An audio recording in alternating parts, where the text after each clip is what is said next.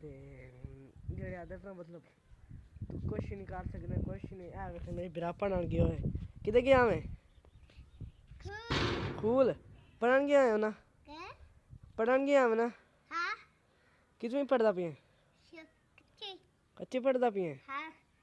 अच्छा के करना पढ़दा है? कच्ची पढ़दा। अच्छा कच्ची पढ़दा है? हाँ।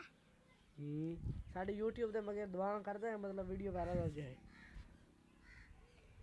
वीडियो वायरल हो करे दुआ मांगदा है ना तू? हाँ।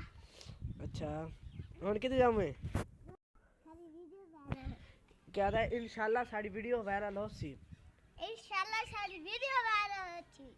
इंशाल्लाह धमकी ना लाख धमकी ना वह चल इंशाल्लाह मेरा भाई छोटा ये याद है तारी वीडियो वायरल होए ना मतलब ये पढ़दा करती है पिया ते इंशाल्लाह साडी वीडियो वजह वायरल होनी इंशाल्लाह साडी कामयाबी आसी इन्हां मतलब इंशाल्लाह साडी कामयाबी होनी है जदा इंशाल्लाह जेड़े जेड़े दरबारा ते मन्ने ना सब वायरल हो जावे मतलब उच्चे तो उच्चे मकाम जाविए ते जेड़े शरीक हैं उन थोड़ी तीली लावनी साड़ना उन्होंने साड़ना इंशाल्लाह ऐ वेख इत्थे हुण भी असा किसे को कुटी बना लेने से कुट्टण वाले हैं देख लो मत 80 वज जाम होने हैं इंशाल्लाह साड़ी वीडियो साड़ी किसी ने मुखालफी नहीं है ना सा किसी ने लड़ते हैं ना कुछ ना काने ना असा किसी ने लड़ाइयां लड़ाइयां कर साड़ा ये गंदा ज़हन ही नहीं है ते मतलब यूट्यूब ब्लॉग कर दे बना कर दे मुँह कर दे बना साड़ा ये ज़हन ही नहीं है